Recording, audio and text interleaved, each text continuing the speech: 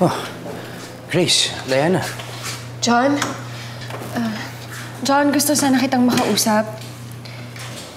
Hihingi kasi sana ako ng advance. Biglaan kasi yung pagbalik namin sa dati kong bahay. Madaming kailangan ayusin. At isa pa, gusto ko sanang ipa-check up si nanay. Grace, now is not a good time. And I'm sorry, but I think you should go. Huh? Bakit? Finally, you're here.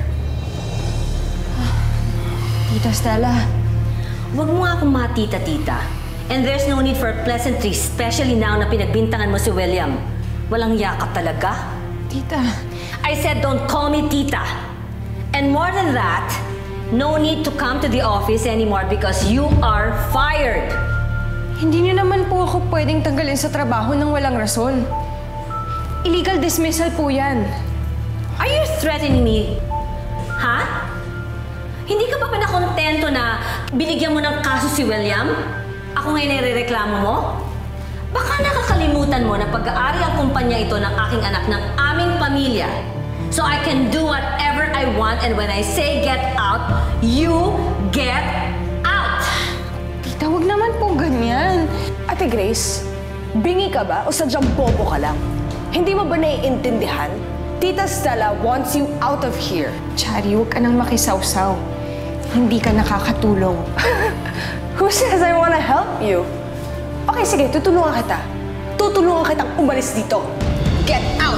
Want me to call security? Sorry, okay? Tita! Get out of here! Get out! Wait! Get out! Ano ba? You want me to call security? Huh? How you want me to do that? Get out! Out!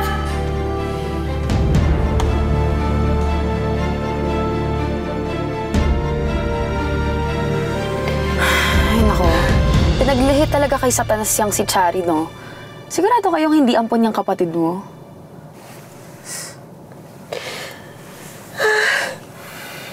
Sunod-sunod naman. Lumipat kami ng bahay, tapos wala akong trabaho.